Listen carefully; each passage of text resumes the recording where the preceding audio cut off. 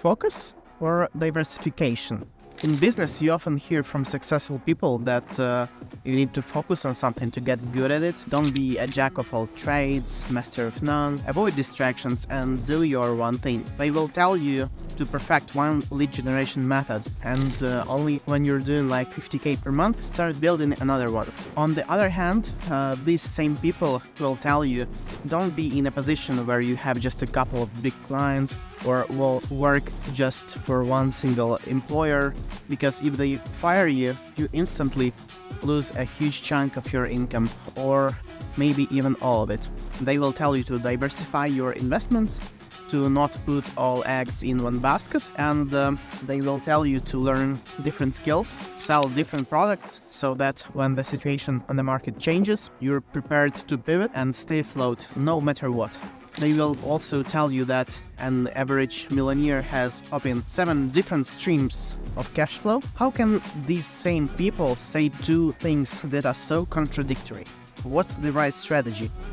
Focus or diversification? I have a feeling that these two advices are both valid but directed to different people who are on different stages of their business. If you're just starting out in something, you need to prioritize focus, and once you're good enough at something, when you figure out one way to make money, when your product that you sell has been proven to have demand, or when your client generation strategy worked out well, this is when you should start thinking about diversification. But diversification is really important. I learned this the hard way. In 2015, I launched a Facebook ads agency. I had a lot of clients and thought to myself, as long as Facebook as a corporation stays afloat, my agency will stay afloat, and it's hard for such a big corporation to go down.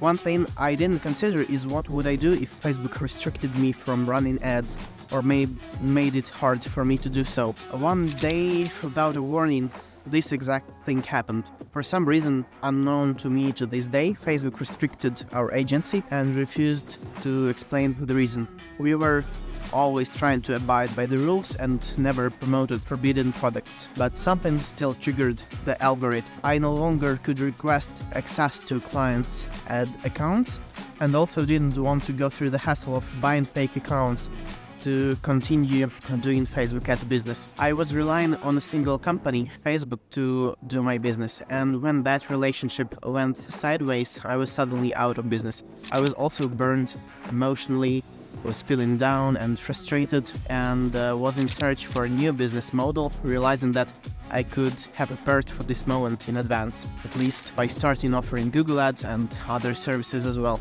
I'm seeing a lot of freelancers and agencies saying something like, we are an Upwork agency, or I'm a freelancer on Upwork. When I hear this, I immediately realize how naive this is to define yourself by one website you're working on. I mean, people have made millions on Upwork, but are you prepared to the non-zero likelihood that something will happen that will lead to closure of your account on the platform? How much percent of your business you will lose? If your Instagram gets banned or stolen, you can still create a new one and ask people on your email list to subscribe again. If you don't have that, you start from scratch, from 0 followers. And if you work only on Upwork, make sure you build another channel or 2 to find clients, so Upwork doesn't represent more than half of your income. If you accept payments through PayPal, learn about millions of people who had money frozen in it.